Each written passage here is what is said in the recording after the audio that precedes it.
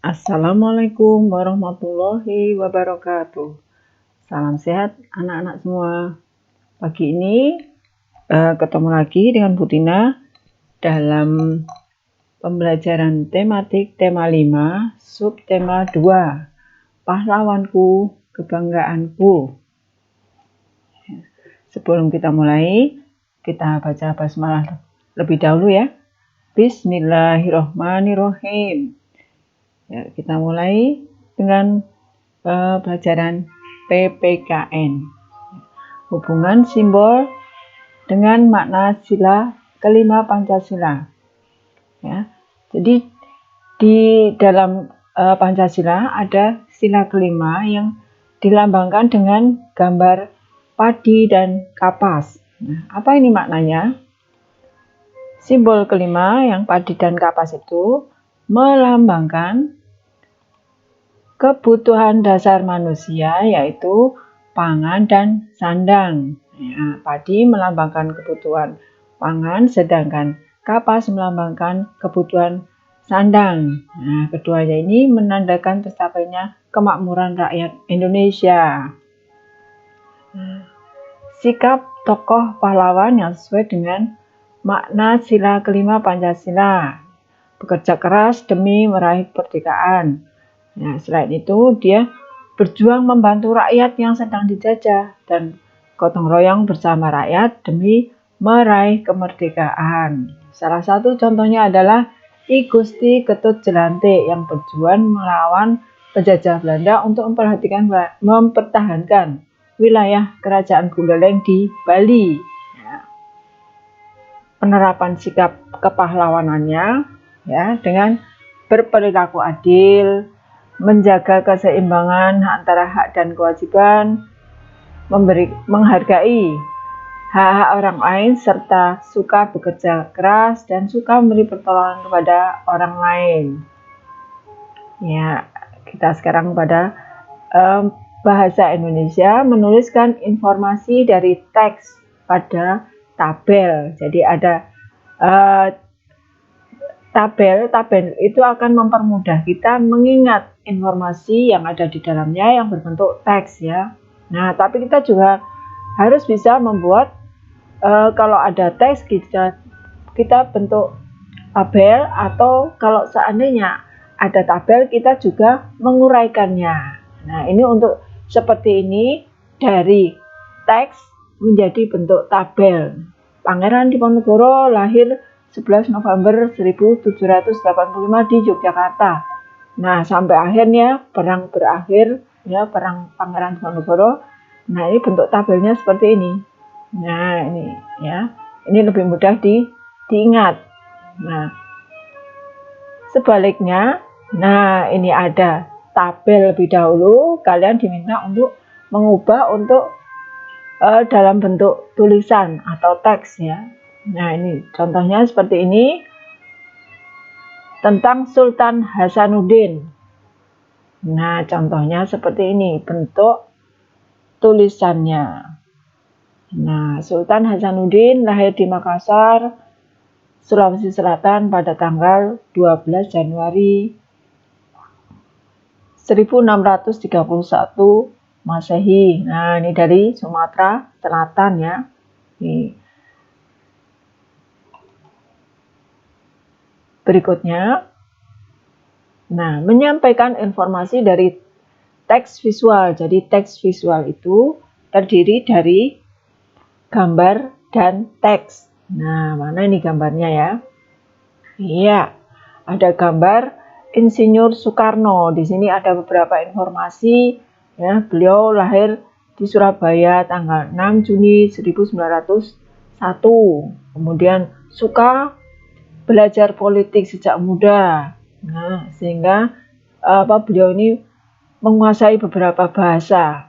Kemudian bersama Pak Muhammad Hatta mempersiapkan kemerdekaan Indonesia. Lalu beliau mendirikan Partai Nasional Indonesia yang bertujuan membebaskan bangsa Indonesia dari penjajahan Belanda. Nah, terakhir, Soekarno merupakan bapak proklamator sekaligus presiden pertama Indonesia. Nah, dari teks visual tersebut kita peroleh informasi yang dapat dibuat dalam bentuk tabel. Nah, apa yang kamu ketahui tentang Insinyur Soekarno? Nah, tadi ada 5 poin. Nah, dari yang sudah ada ini, apa yang ingin kamu ketahui lebih lanjut tentang Insinyur Soekarno? Misalnya, mengapa Soekarno disebut Bapak Proklamator? Atau kapan beliau diangkat menjadi Presiden Indonesia? Atau bahasa apa saja yang dikuasai oleh Soekarno?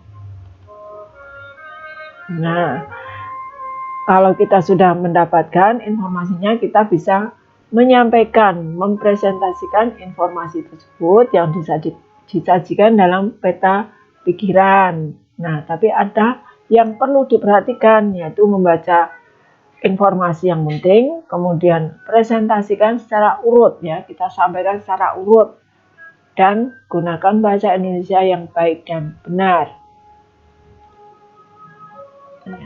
Kita lanjut materi IPA tentang pemantulan cahaya. Nah, saat mengenai benda bening, cahaya dapat menembus dan diteruskan. Nah, ini sifat-sifat dari cahaya. Namun, jika cahaya mengenai benda gelap, cahaya akan dipantulkan kembali. Nah, pemantulan itu ada 2 bentuk, yaitu yang teratur. Nah, contohnya pada cermin datar dan permukaan air tenang. Sedangkan pemantulan cahaya tidak teratur atau baur istilahnya, ya, itu ada di kalau seandainya cahaya itu mengenai permukaan jalan yang berbatu atau air yang bergelombang. Ini contohnya.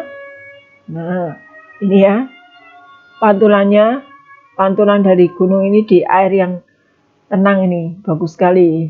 Kemudian yang ini yang karena airnya tidak yang bergelombang, airnya bergelombang, jadi pantulannya tidak begitu jelas. Nah, contoh-contoh alat optik. Alat optik merupakan alat-alat yang memanfaatkan sifat cahaya. Contohnya yang pertama adalah lup atau kaca pembesar. Nah, ini digunakan untuk melihat, membantu melihat benda-benda yang berukuran kecil. Ya. Kemudian kacamata. Ya, kacamata, ini caranya bekerja seperti ini.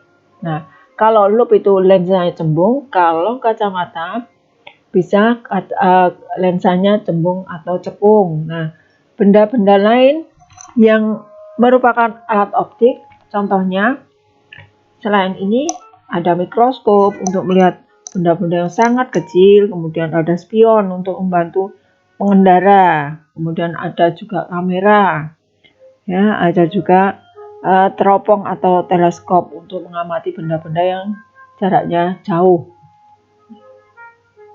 Nah, kita sekarang ke IPS, perjuangan pahlawan pada kerajaan Islam. Di sini ada 2 yang Butina sebutkan, yaitu Sultan Ba'abullah dari kerajaan Ternate dan Sultan Agung dari kerajaan Mataram, atau Mataram itu yang ada di Yogyakarta. Nah, ini ya. Di sini ada kepemimpinan beliau, kemudian peninggalannya, ya, begitu juga dengan Sultan Agung, ya. Beliau memimpin dari tahun 1613 sampai 1645.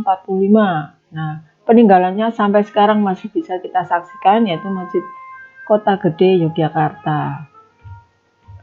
Nah, sekarang sikap pahlawan nasional, ya, bagi masyarakat. Di sini ada tokoh nih, ya, Jenderal Sudirman dan R.A. Kartini, masing-masing mempunyai perjuangan sendiri-sendiri, ya.